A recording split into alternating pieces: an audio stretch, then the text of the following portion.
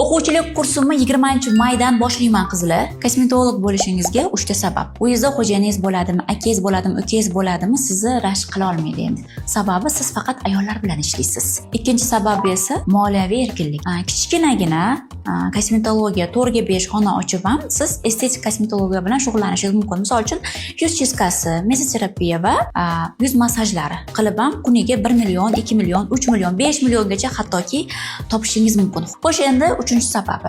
Mani kosmetologiya kursimda, ya'ni birinchi potokda o'qishingizga sabab keltiraman. Hamma muolajalarni individual darajada o'rganasiz.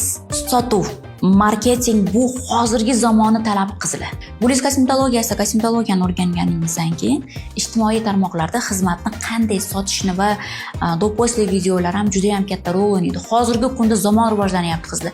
Biz sizga polni individualniy marketing mediani ham o'rgatamiz. Darslar nazariy va amaliy olib boriladi va xuddi shu qizimizga o'xshab individualni ishlaysiz. Nazariydan keyin amaliyni o'zingizlar modellar beraman, ishlab ko'rasizlar.